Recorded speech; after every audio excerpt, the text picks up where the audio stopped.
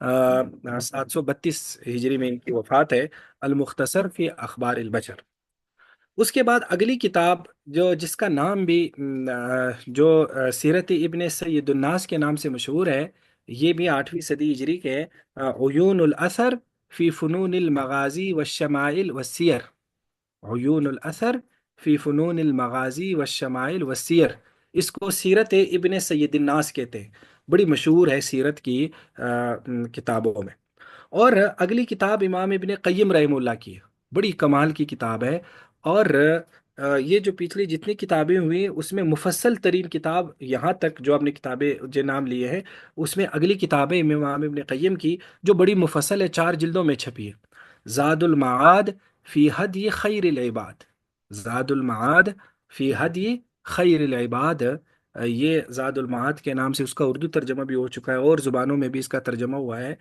بڑی کمال کی امام ابن قیم رحمہ اللہ جو ہے نا، وہ علماء کے حلقوں میں بہت کمال کے عالم گزرے ہیں، اور ان کا علم جو ہے نا، ان کے اور ان کے استاد امام ابن تیمیہ رحمہ اللہ کو کہا جاتا ہے کہ یہ علوم کے سمندر ہے۔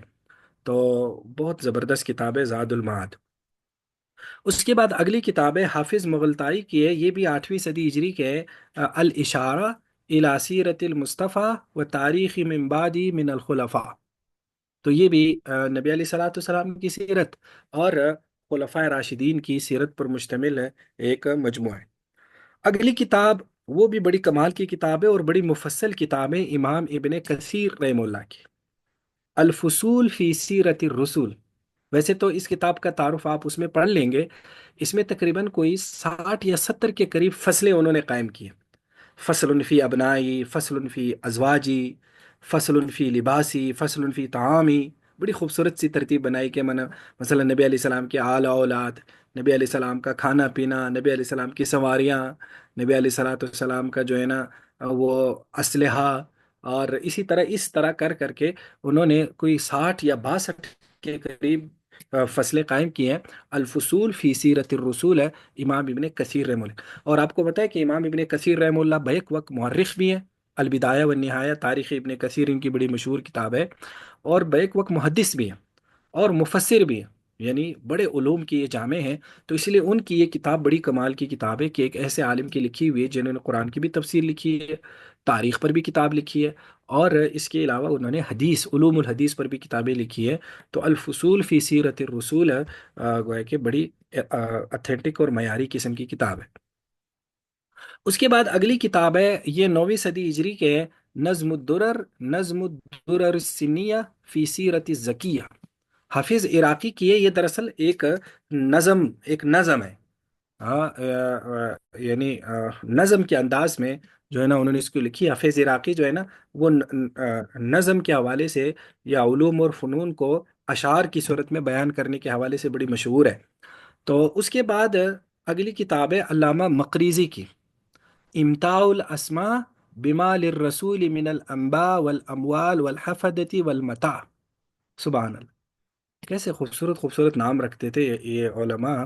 یہ بڑی مفصل کتاب ہے، 15 جلدوں میں چھپی ہے، امتاع الاسماء جو کتاب ہے علامہ مقریزی کی، امتاع الاسماء بما للرسول من الانباء، یعنی نبی علیہ السلام کی خبریں، والاموال، آپ کے اموال، والحفدہ یعنی آل و اولاد، اور والمتاع، اور آپ کا جو ساز و سامان ہے، گھریلو سامان یا جو دیگر ہے، وہ گویا کہ اس میں ذکر کیا گیا ہے۔ اور غالباً اس کی جو پہلی 3 جلدیں ہیں خاص طور پر یہ بالکل خالص سیرت پر مشتمل ہیں، امتاع الاسماء، تو گویا کہ یہ تفصیلی کتابوں میں شمار ہوتی ہے۔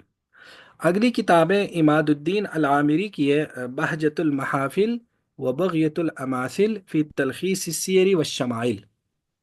شمائل کا لفظ نبی علیہ الصلوۃ والسلام کی اخلاق عادات کے لیے بولا جاتا ہے، تو یہ بھی سیرت کی اہم کتابوں میں سے۔ اور اگلی کتاب جو ہے نا المواہب اللدنیہ، شرح المواہب اللدنیہ، امام قسطلانی، بہت بڑے مشہور محدث گزرے ہیں، بخاری شریف کی بڑی تفصیلی شرح لکھی ہے، اور امام زرقانی، تو قسطلانی کی کتاب ہے المواہب اللدنیہ، اور اس کی شرح ہے امام زرقانی کی شرح المواہب اللدنیہ، دونوں بڑے مشہور ہیں، المواہب اللدنیہ بالمنح المحمدیہ۔ بالمنح المحمدیہ، علامہ قسطلانی کی. اگرچہ اس سیرت کی کے بارے میں بعض لوگ اعتراض کرتے ہیں المواہب کے بارے میں کہ اس میں نا تھوڑی سی ضعیف روایات ہیں، لیکن بہرحال سیرت کے واقعات کا ایک خزانہ ہے، اور جو اس کی شرح زرقانی ہے وہ گویا کہ نور علی نور ہے. تو یہ دونوں سیرت کے حوالے سے بڑی اہم کتابیں. اس کے بعد اگلی کتاب ہے جس کا نام بھی بڑا ہی یونیک قسم کا نام ہے، سیرت حلبیہ اس کو کہتے ہیں. انسان العیون فی سیرت الامین المامون. انسان العیون فی سیرت الامین المامون. جو ہے نا، یہ انسان کا جو لفظ ہے نا، یہ وہ والا انسان مراد نہیں ہے. انسان دراصل پتلی کو کہتے ہیں، یہ جو آنکھوں کے اندر پتلیاں ہوتی ہیں نا، جس کی مدد سے ہم دیکھتے ہیں، تو اس کو انسان کہتے ہیں. تو انسان العیون مطلب ہے آنکھ کی پتلیاں، آنکھوں کی پتلی، ظاہر اسی سے انسان دیکھتا ہے. تو انسان العیون فی سیرت الامین المامون. سبحان اللہ، کہ انہوں نے نبی علیہ الصلوۃ والسلام کو انسانیت کی آنکھوں کا گویا کہ وہ پتلی قرار دیا کہ اسی سے ہی بصیرت اور بصارت حاصل ہوتی ہے، اس کے بغیر انسان اندھا ہے. تو سیرت حلبیہ اس کو کہتے ہیں، برہان الدین حلبی کی یہ کتاب ہے. تو یہ 11ویں صدی ہجری تک یہ میں نے لکھے، 11ویں صدی ہجری تک.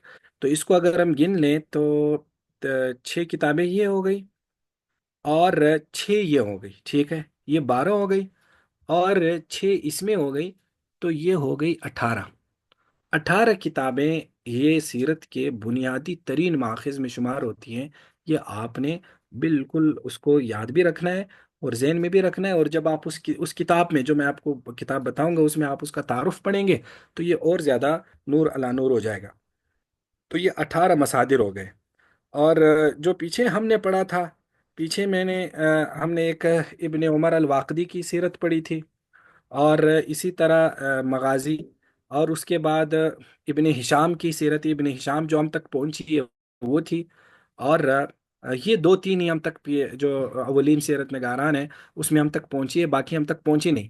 تو گویا کہ اس کو کل ملا کر یہ 20 22 کے قریب بنیادی قسم کی سیرت کے جو جو اصل اوریجنل سورسز ہیں جہاں سے سیرت کو لیا جاتا ہے، وہ آپ نے ذہن میں رکھنے. اس کے بعد یہ ایک چیز ہے کہ سیرت کی بنیادی مصادر دیکھو، ویسے تو یہ جو خالص سیرت پر لکھی گئی کتابیں، اصل تو سیرت کے مصادر وہ ہیں، لیکن چونکہ علماء اسلام نے تاریخ پر بھی بڑی کتابیں لکھی ہیں، جو تاریخ کی بنیادی مصادر ہے، ہسٹری کی، اسلامک ہسٹری کی. تو جنہوں نے اسلامک ہسٹری لکھی ہے، تو ظاہر ہے ہسٹری ہمارے ہاں سیرت سے ہی شروع ہوتی ہے. تو گویا کہ ہسٹری کی کتابوں کی جو پہلی 1 2 جلدیں ہیں وہ بھی سیرت پر مشتمل ہے. تو اس لیے اس کو بھی سیرت کی بنیادی مصادر میں شمار کیا جاتا ہے. جیسے خلیفہ بن خیاط، اس کی بڑی قدیم تاریخ ہے ان کی، تو اس کے شروع میں سیرت ہے. تاریخ تبری، امام تبری کی جو ہے، تو تاریخ الامم والملوک اس کا نام ہے، تو تاریخ تبری بھی، اس میں بھی سیرت ہے.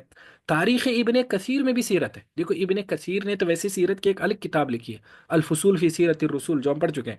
لیکن ابن کثیر کی تاریخ میں بھی الگ ہے، تاریخ ابن کثیر. اور یہ دو دو جلدوں میں یہ سیرت الگ سے بھی چھپی ہے. جو ابن کثیر، تاریخ ابن کثیر کے شروع میں جو سیرت کی کتاب، سیرت کا لکھی ہوئی ہے.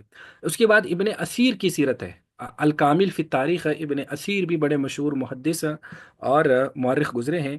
تو ان کی تاریخ ابن اسیر ہے، اس کے شروع میں بھی سیرت ہے. اور اسی طرح جو ابن خلدون ہے، تاریخ ابن خلدون بڑی مشہور، آپ نے نام یقیناً سنا ہوگا. تو اس کے شروع میں بھی سیرت ہے. تو گویا کہ سیرت کے جو ہسٹری کی کتابیں ہیں، یہ بھی سیرت کی بھی کتابیں ہیں، کیونکہ یہ ہسٹری کے بنیادی سورسز ہیں، اور ہسٹری نبی علیہ السلام کی سیرت سے شروع ہوتی ہے. تو اس لیے ان علماء نے یا ان ہسٹورین نے اپنے طور پر نبی علیہ الصلوۃ والسلام کی سیرت لکھی ہے، تو ایز اے ہسٹری یا ایز اے تاریخ. تو اس کو بھی الگ سے دیکھنا بنتا ہے. وہ اس لیے ہے کہ ان کا مقصد ہسٹری لکھنا تھا. تو ایک نبی علیہ السلام کی ایک آدمی سیرت لکھتا ہے، وہ اور اس کا انداز ہوتا ہے. اور ایک آدمی ہسٹری لکھتا ہے، ہر چیز کو ایز اے تاریخ صرف دیکھتا ہے، تو اس میں تھوڑا سا جو ایک میتھڈ ہے وہ الگ بھی ہو جاتا ہے.